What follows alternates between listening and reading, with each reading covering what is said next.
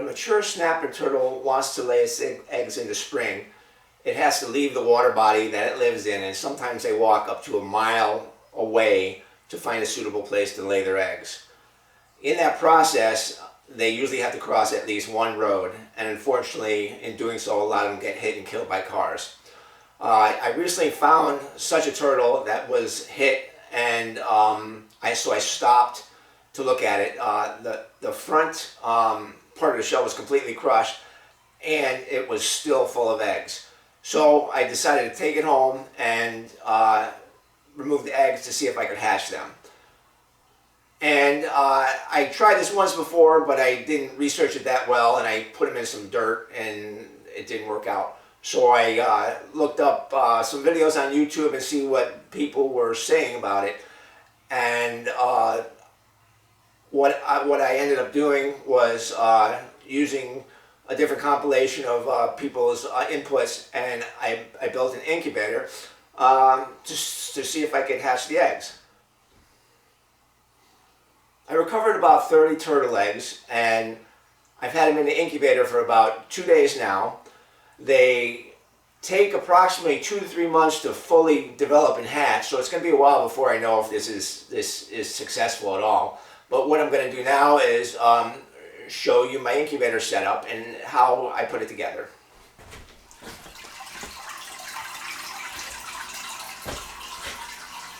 Here's my incubator. The exterior, as you can see, it's a 70-quart insulated Coleman cooler. And we'll look inside.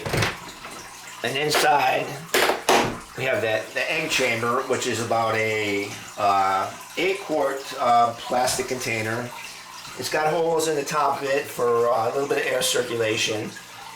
Inside the cooler, and the egg chamber is sitting on a couple of bricks to keep it suspended out of the water, which is, there's about 3 or so inches of water inside the cooler, which I have going up to the very bottom of the egg chamber.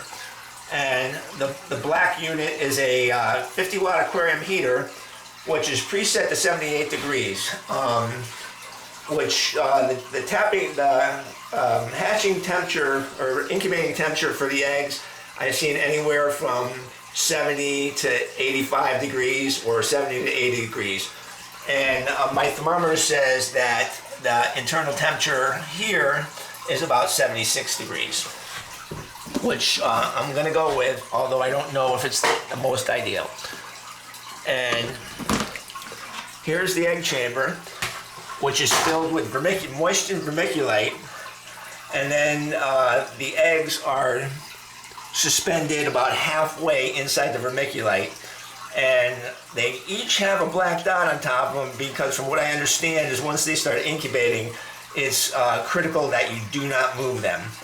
And the water is going to provide basically the heat from the aquarium heater and the humidity to keep everything going as it needs to be. And the only additional thing I'm going to do is get a temperature thermometer that I'll be able to put inside the vermiculite to see what the exact temperature of that is. Hopefully it's all in the 75-ish range for the whole interior of this.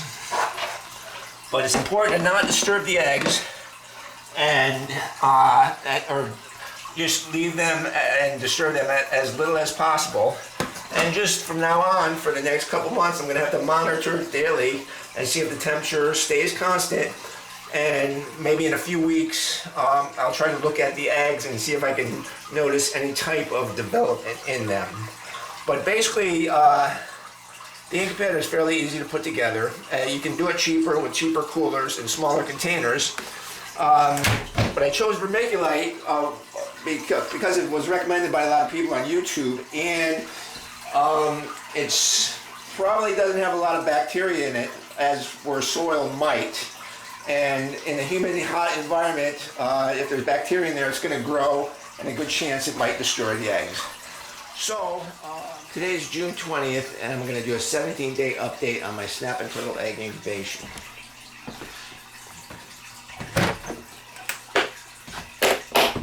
The temperature's been steady the whole time, around 78 degrees.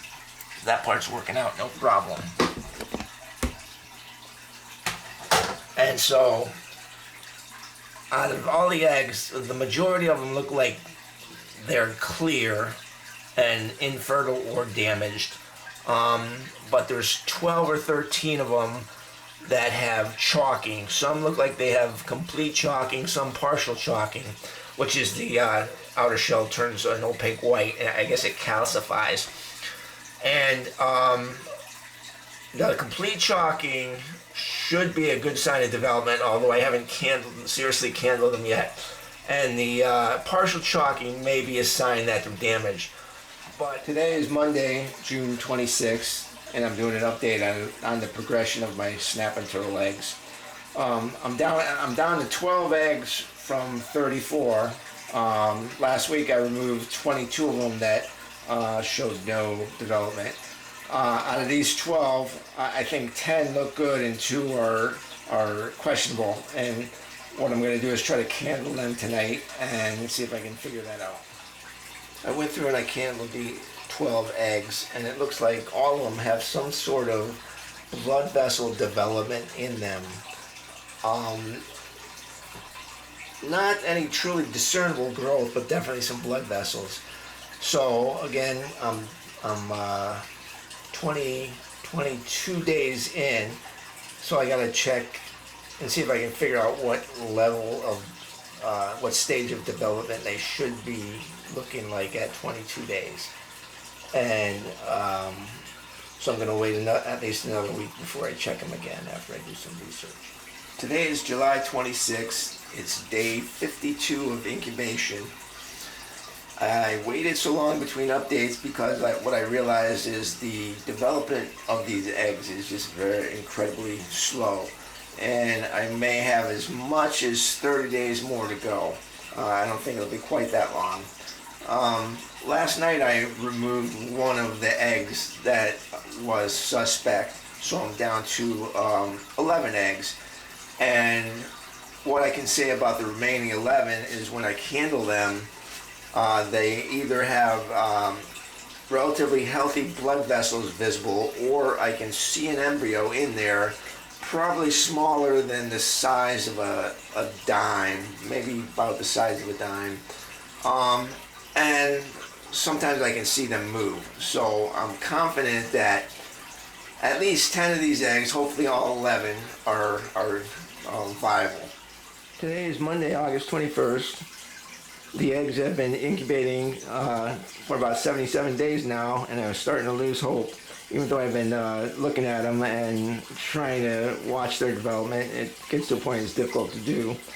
But today I'm very happy because I just came home from a short 2-day vacation to Maine, and I looked in the incubator, and there's at least 3 or 4 eggs that are in the process of hatching. And the one that's showing the most is this guy right here. He's got his head sticking out, and the one next to him is cracked. So that one's getting ready, and then up on the top, there's 2 more that have cracked shells. So this is fantastic, and it's a hell of a gift for these little guys to come out.